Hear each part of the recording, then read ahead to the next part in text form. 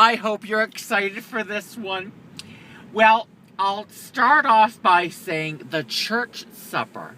Community supper, raising money for the roof of this beautiful old dilapidated church. Dilapidated? I think that's the word.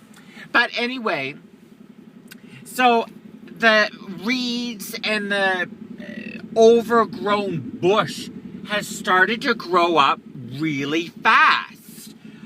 We just trimmed it last weekend, and here it is, and it's overgrown again. And that vine on the back where I found those deviled eggs is grown back again. So I'm back there all by my lonesome. The dusk is coming on, and I can hear the beautifulest chirping birds.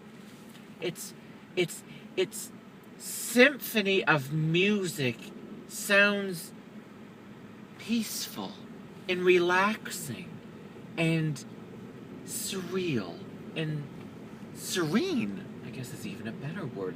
Just like a peaceful lake. I can hear the loons on that lake and their echo. I'll see if I can imitate the bird.